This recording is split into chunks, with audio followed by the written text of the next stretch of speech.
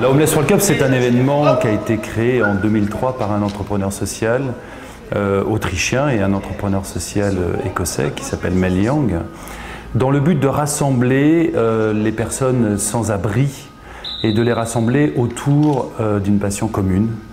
Et dans la réflexion qu'ils ont eue, ils ont décidé de rassembler ces pays et ces personnes sans abri du monde entier autour du football. En général, dans la précarité, vous êtes dans une spirale d'échecs. Donc on vous qualifie de sans logement, de sans abri, de sans machin et truc. Là, par le biais du collectif et d'un intérêt qu'ils ont pour ce sport, du coup, ça réactive aussi les valeurs de gagner, de se mettre en avant, d'être le leader dans son équipe, voilà, d'avoir envie d'avancer, quoi. Et c'est sain, parce que c'est ça aussi le sport. Le sport, à un moment donné, c'est de l'entraînement et se confronter à des personnes d'un niveau comparable au vôtre ou meilleur que vous.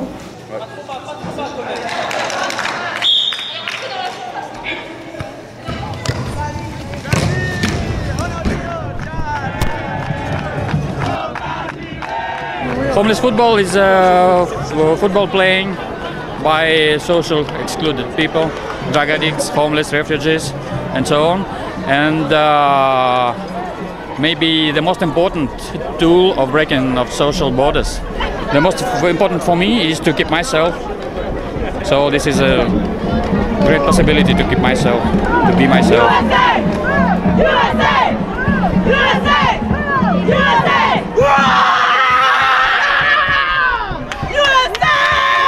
We're representing change in our lives, things we've done off the field, and we're bringing it here and carrying the message of hope to other people that we can overcome homelessness. Personally, I'm overcoming alcohol and drug addiction. It took me away from my kids, so I'm reunited with my kids and just overcoming those obstacles. We're addicts, homeless addicts. We're here to celebrate happiness, football, and freedom. We are the team of Poland and we are here to play football and to win. Of course we will win because we are the best. No es que piense que podamos ganar, sino que vamos a ganar la Copa del Mundo por como hemos ganado la de la selección absoluta y la de las selecciones más jóvenes. Claro que vamos a ganar. You're not going to try. We're going home number one. Yeah. En dehors du sport, c'est quand même un événement conséquent sur le plan humain, sur le plan social, sur le plan culturel.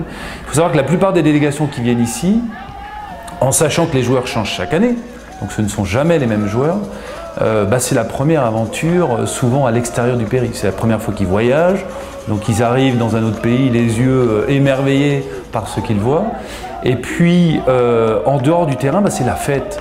C'est-à-dire que c'est la fête à côté du terrain, c'est pas forcément la fête en ville, hein, mais c'est la fête à côté du terrain parce que les joueurs ont envie d'être ensemble. Ils ont envie d'être ensemble et puis ils sentent qu'ils vivent un événement extraordinaire. C'est un événement extraordinaire, c'est un événement unique. Moi je me souviens plus d'une fois d'avoir vu les délégations et souvent le premier match, il y a l'hymne national qui retentit, de constater à ce moment-là que les joueurs vraiment habillaient le costume de leur pays et représentaient leur pays avec honneur. Et là, moi je voyais les jambes trembler des joueurs parce que c'était impressionnant. Vous vous retrouvez devant un public de 1000 à 2000 personnes, ce qui va se dérouler sur le Champ de Mars.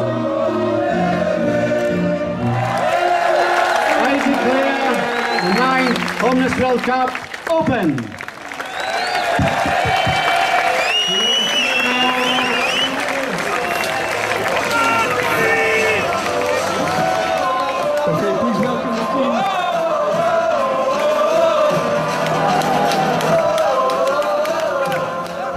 Quelle équipe?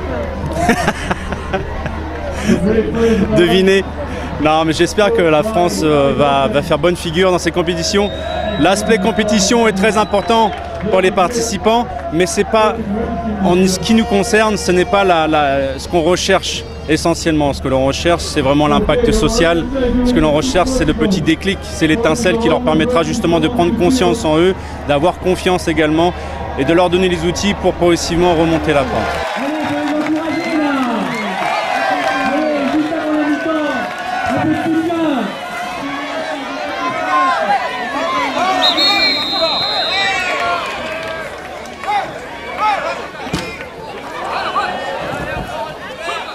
Je trouve qu'on s'est bien battu quand même.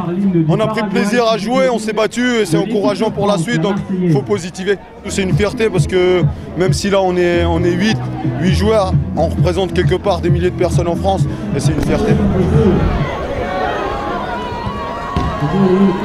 Fundamentally, I think it's ridiculous that there is a homeless World Cup. You know, I mean, we shouldn't have to have one. There's 1 billion people homeless in the world, according to the United Nations, and getting worse. And I believe the state of the world is not sustainable at the moment. The rich get rich, the poor get poorer, the gap in between grows. I think it's very worrying. But we are illustrating to anyone who wants to listen, look, we have people playing football, we put the homeless people at the center of the solution, and we get answers. And we have 50 to 60,000 homeless people around the world who are playing now, and they're changing their lives. So we're showing a way in which it could be done. So governments and business and people need to kind of embrace with us and work with us. The homeless people get sick, and then everybody gets sick. And the United States research shows that for one person to be homeless in the street costs $30,000 to $40,000 a year in police time, hospital time, blah, blah, blah. I do a lot of talks now, and I ask the question, anybody think homelessness is a good idea? And in all the years I've been doing it, not one person has said they think it's a good idea. So I say, well, if you don't think it's a good idea, why do we have it?